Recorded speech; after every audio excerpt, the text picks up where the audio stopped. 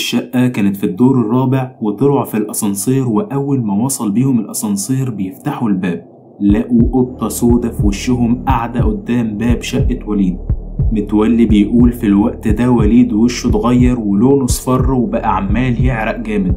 حاولت ابعد القطة لكن كانت بتبصلي بنظرة مخيفة وجسمي كله مسكته الأشعرة وحسيت ان قلبي اتقبض. أصدقائي أهلا وسهلا بكم، معكم أحمد الألفي. وقبل ما نبدأ ما تنسوش تصلوا على النبي صلى الله عليه وسلم وتدعوا لإخواننا، ما زالت المحنة مستمرة، ربنا يفرج كربه.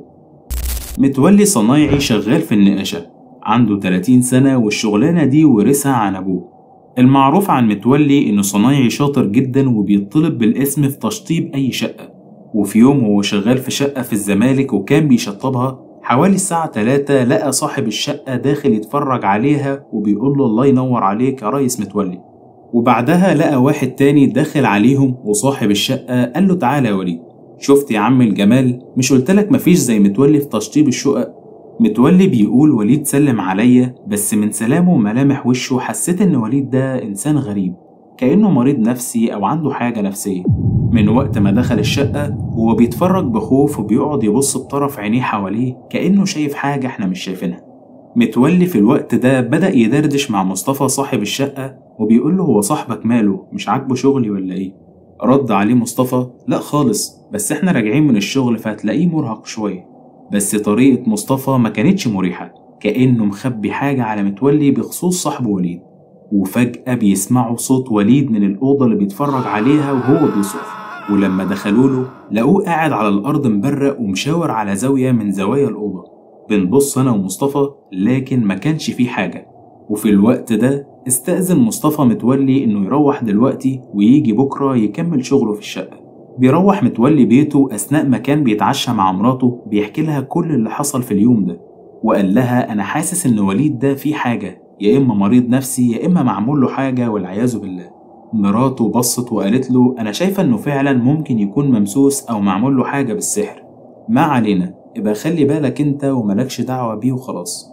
تاني يوم كان متولي شغال في الشقة وبيكمل الشغل اللي قطعه ومشي امبارح، ونفس الموقف بيحصل تاني. بيدخل عليه مصطفى وبيقول له الله ينور يا عم متولي، وبعدها بيدخل وليد وبيسلم على متولي وبيقول له أنا آسف على اللي حصل امبارح. في الوقت ده متولي بيقول كان حاسس إن وليد شخص تاني غير بتاع امبارح، وكان طبيعي جدا وبيهزر وبيضحك معاهم. متولي رد عليه وقال له مفيش حاجة يا أستاذ وليد، المهم إن أنت بخير. رد عليه وليد أنا محتاجك بقى لما تخلص شقة مصطفى تيجي تجهز لي شقتي بنفس الجمال ده. في الوقت ده متولي بدأ يتهز كده ورد عليه بصوت متقطع وهي شقة حضرتك فين؟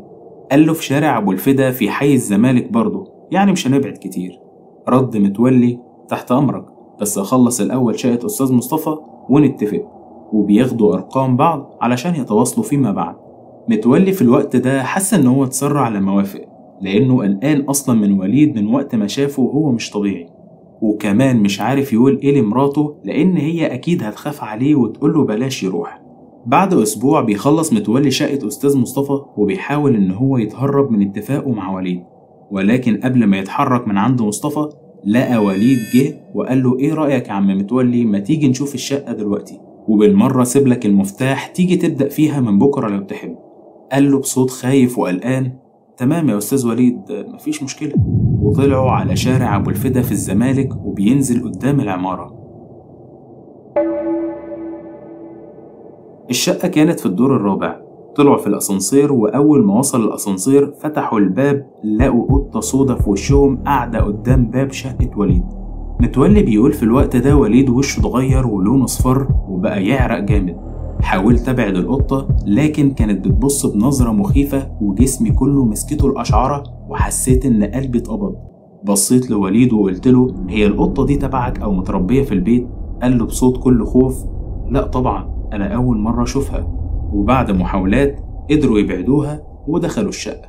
متولي أول ما دخل الشقة دي حس بخوف رهيب، وحس إن الشقة دي كأنها شقة مهجورة مش شقة شاب لسه بيجهز نفسه علشان يتجوز، لكن اتعامل بشكل عادي وطبيعي قدام وليد، ودخل يتفرج على الشقة علشان يشوفها ويشوف هتحتاج منه ايه. دخل الأوضة اللي جوه اللي المفروض هتبقى أوضة النوم، وقلبه وقع في رجليه لما لقى نفس القطة اللي كان بيحاول يبعدها عن باب الشقة قاعدة على الأرض بشكل مخيف وبصله، ولسه بينده لوليد لقاها اختفت. قال في نفسه مش مشكلة ويكمل كأنه ما شافش حاجة، وخرج بعد ما شاف الشقة وقال لوليد هي محتاجة ايه وهتتكلف كام، وبعدها روح بيته عادي وتعشى مع مراته ودخل ينام. وفجأة بيحلم حلم غريب. حلم انه واقف مع وليد في الشقة بتاعة الزمالك، ووليد واقف وراه خيال اسود، وطول الحلم كان جسمه بيتنفض ومحسش بنفسه غير ومراته بتصحيه وبتقوله مالك في ايه؟ رد عليها انا كويس مفيش حاجة. قالت له ده انت كنت بتتنفض وانت نايم. قال لها ممكن يكون من تعب الشغل ولا حاجة، وقام في الوقت ده اتوضى وصلى ركعتين وكمل نومه. تاني يوم راح يبدأ الشغل في شقة الزمالك بتاعة وليد. ركب الأسانسير وطالع على الدور الرابع، وفي أثناء ما كان طالع بيحصل حاجة مرعبة. الأسانسير عطل بيه وبقى واقف مرعوب وهو جواه وسط الضلمة دي، وفجأة حس بنفس دافي جاي من جنبه وهو في الأسانسير، وحركة حواليه مع إنه كان طالع الأسانسير وهو لوحده، وبيبص حواليه بيحاول يعمل أي حاجة علشان يعرف الناس إن الأسانسير عطلان. بيلاقي عيون منورة شبه عيون القطة بص عليه، نفس القطة السوداء اللي شافها وهو في الشقة. جسمه بيتجمد مكانه من الرعب ومحسش بنفسه غير وهو بيصرخ بأعلى صوته للبواب علشان يسحب الأسانسير. وفجأة النور بيجي والأسانسير بيشتغل وبيطلع في الدور الرابع.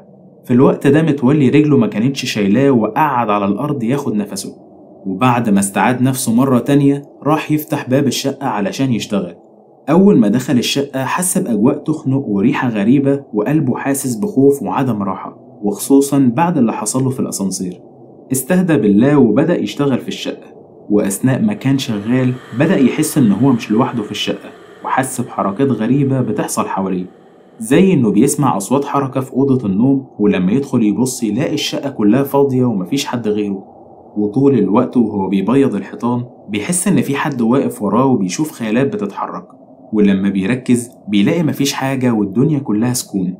واللي ختم معاه اليوم ده لما كان شغال ودخل الحمام وخرج لقى الحيطة اللي كان شغال عليها مدلوق عليها حاجة غريبة لونها اسود، ولما قرب منها علشان يشوف ايه ده بدأ يسمع همسات جاية من كل ركن في الشقة، وفجأة لقى صوت بيقوله في ودانه اطلع بره وإلا هتموت، المكان ده مكاني. في الوقت ده متولي الرعب دب في قلبه واتأكد إن الشقة دي فيها حاجة، وأدرك إن شكل وليد اللي كان عليه ده أكيد بسبب اللي شافه في الشقة دي. نزل من العمارة جري واتصل بوليد وقال له إنه لازم يقابله حالا. قعدوا مع بعض في قهوة قديمة في حي الزمالك، وحكاله على كل اللي حصل معاه.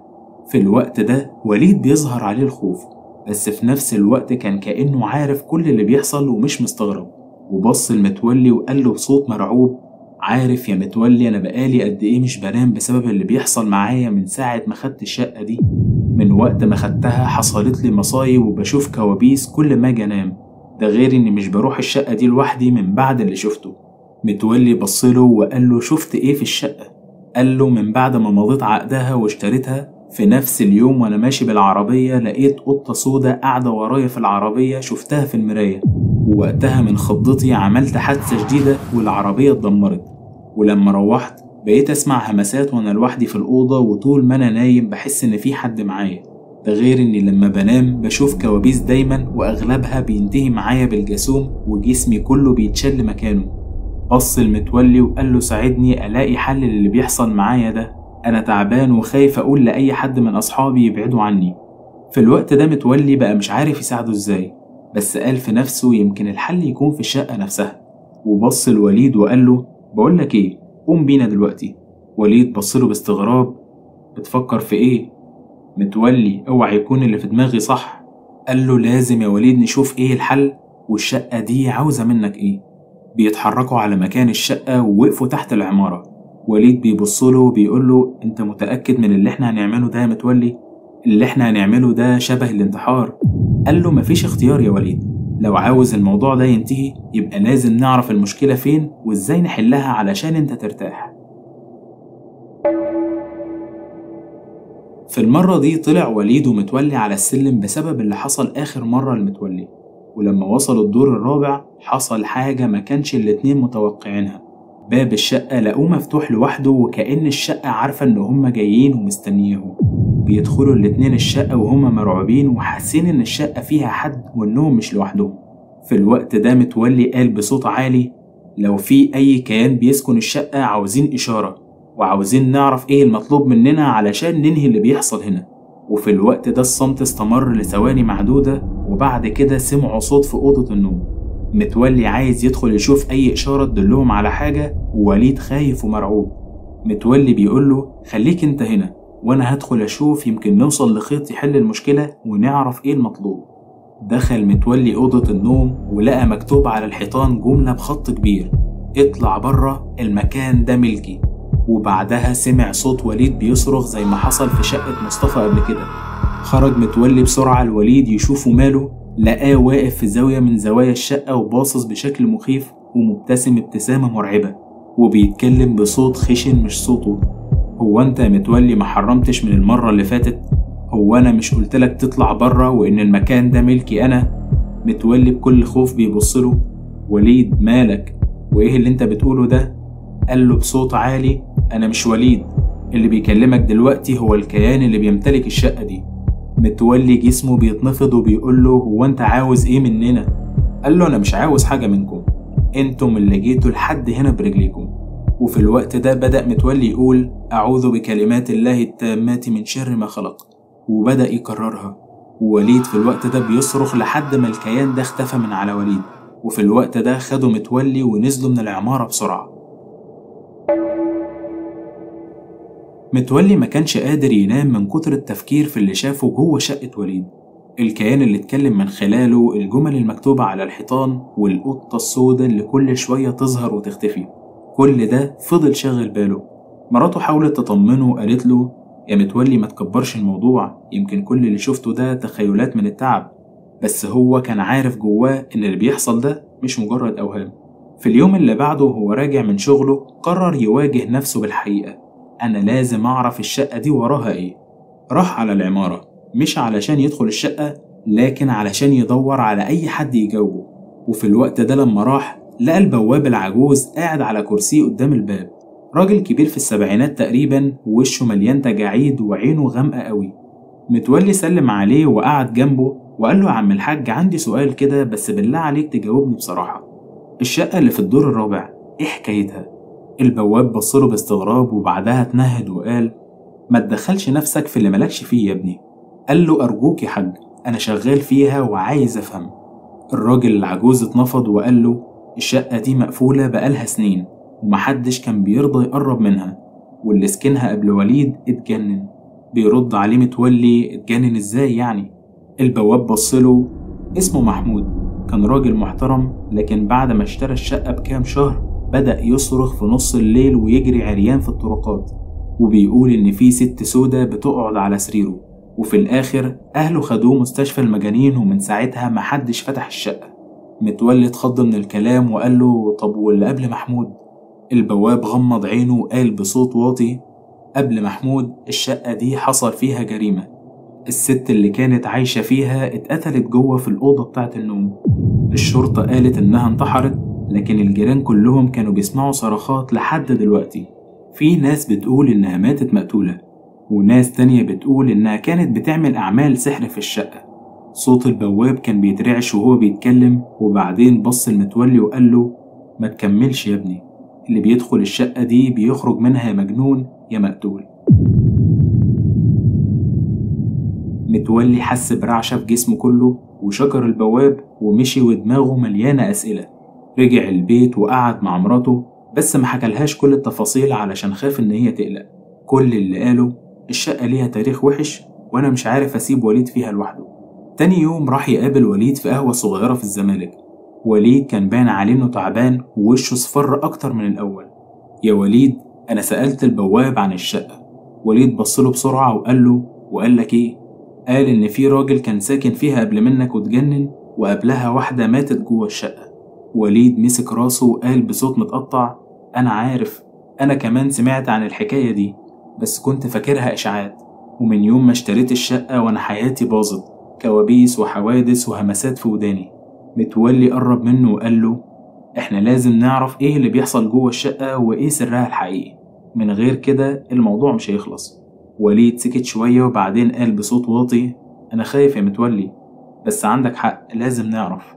في الليلة دي وليد مقدرش يغمض عينه، كل ما يحاول ينام يلاقي نفسه بيرجع لنفس الكابوس، أو يمكن مش كابوس.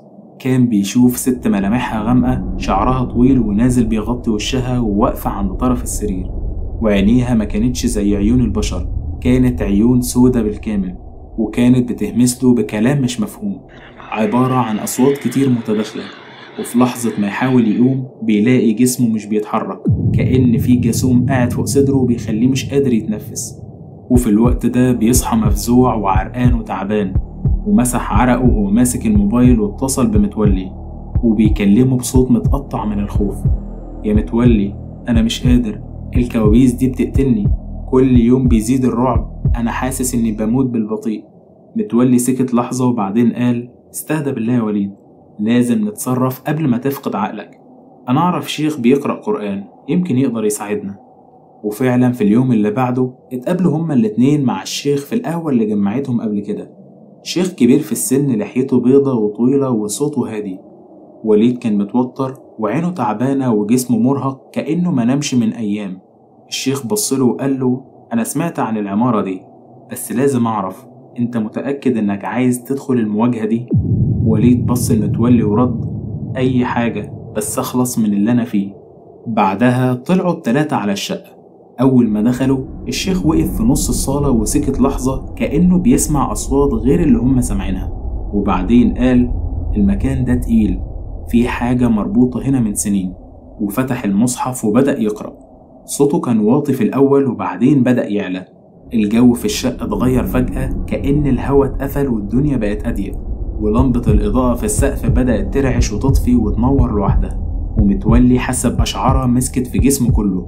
أما وليد فابتدى يتنفس بصعوبة، وفجأة سمعوا خبطة قوية جاية من أوضة النوم، خبطة كأن حد رمى حاجة تقيلة على الأرض. الشيخ رفع صوته أكتر وأكتر، لكن مع كل آية كان في صوت تاني بيظهر، صوت مش بشري، صوت خشن ومش مفهوم بيتردد في الشقة كلها. وليد وقع على الأرض وبدأ يصرخ وصوته اتغير، وبقى بيتكلم بصوت غريب وكأن حد تاني بيتكلم من جوه حلقه، وبقى يصرخ ويقول: سيبوني، المكان ده مش ليكو.